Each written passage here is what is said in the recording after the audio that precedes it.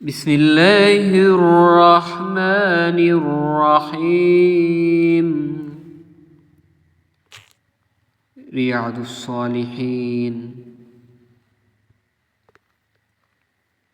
আয়েশা রাদিয়াল্লাহু আনহা থেকে বর্ণিত তিনি বলেন রাসূলুল্লাহ সাল্লাল্লাহু আলাইহি ওয়াসাল্লাম বলেছেন, কোরআনের শুদ্ধভাবে পাঠকারী ও পানির মতো হিফজকারী পাকা হাফেজ মহাসম্মানিত পুণ্যবান লিপিকার ফেরেশতা বর্গের সঙ্গী হবে।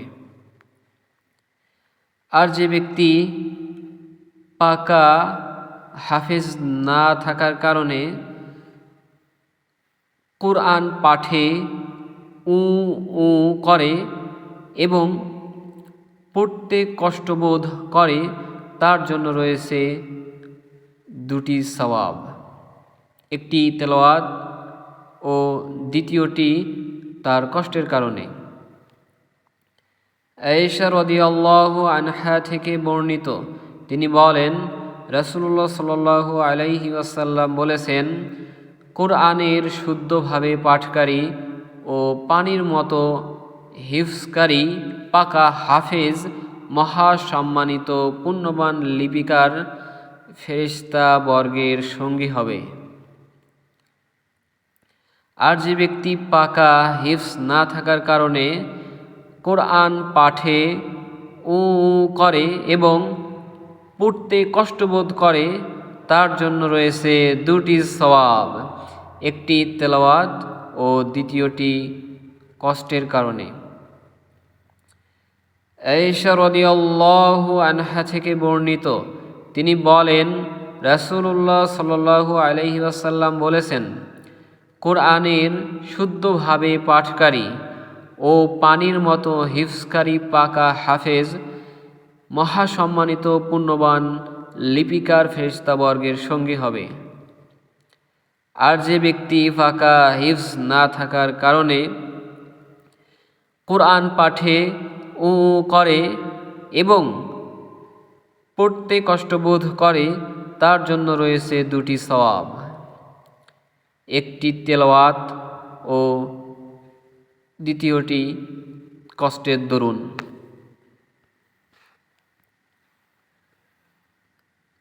আবু মুসা আশআরী রাদিয়াল্লাহু আনহু থেকে বর্ণিত রাসূলুল্লাহ সাল্লাল্লাহু আলাইহি ওয়াসাল্লাম বলেছেন, কোরআন পাঠকারী মুমিনের উদাহরণ হচ্ছে ঠিক কমলা লেবুর মতো, যার ঘ্রাণ উত্তম এবং স্বাদও উত্তম। আর যে মুমিন কোরআন পড়ে না, তার উদাহরণ হচ্ছে ঠিক খেজুরের মতো, যার উত্তম ঘ্রাণ তো নেই, তবে স্বাদ মিষ্ট। অন্যদিকে কোরআন পাঠকারী মুনাফিকের দৃষ্টান্ত হচ্ছে সুগন্ধিময় তুলসী গাছের মতো, যার ঘ্রাণ উত্তম কিন্তু স্বাদ তিক্ত। আর যে মুনাফিক কোরআন পড়ে না, তার উদাহরণ হচ্ছে ঠিক মাকাল ফলের মতো, যার উত্তম ঘ্রাণ নেই, স্বাদও তিক্ত। আবু মুসা আশআরী রাদিয়াল্লাহু আনহু থেকে বর্ণিত রাসূলুল্লাহ সাল্লাল্লাহু আলাইহি ওয়াসাল্লাম বলেছেন, কোরআন পাঠকারী মুমিনের উদাহরণ হচ্ছে ঠিক কমলা লেবুর মতো, যার ঘ্রাণ উত্তম এবং স্বাদও উত্তম।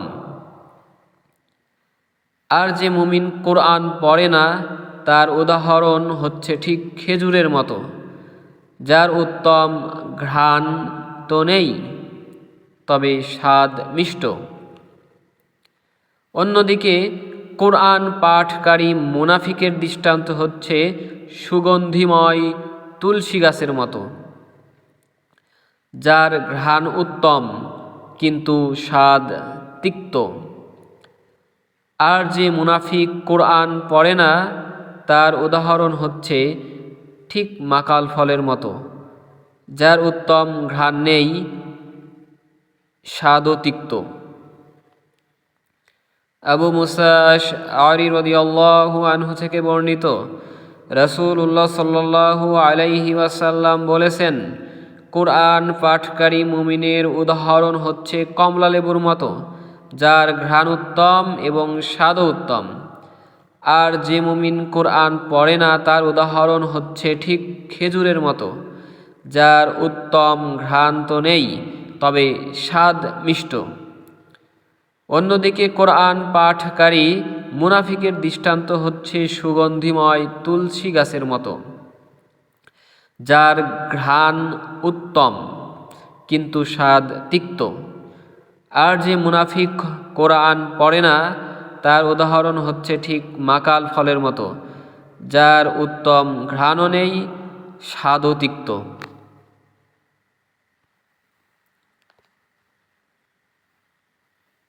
উমর ইবনে খাত্তাব রাদিয়াল্লাহু আনহু থেকে বর্ণিত, রাসূলুল্লাহ সাল্লাল্লাহু আলাইহি ওয়াসাল্লাম বলেছেন, মহান আল্লাহ এই গ্রন্থ কোরআন মাজিদ দ্বারা তার উপর আমলকারী জনগোষ্ঠীর উত্থান ঘটান এবং এরই দ্বারা এর অবাধ্য অন্য গোষ্ঠীর পতন সাধন করেন।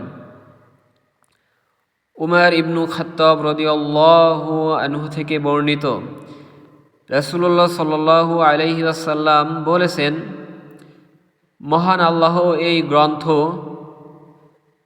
কোরআন মাজিদ দ্বারা তার উপর আমলকারী জনগোষ্ঠীর উত্থান ঘটান এবং এরই দ্বারা এর অবাধ্য অন্য গোষ্ঠীর পতন সাধন করেন।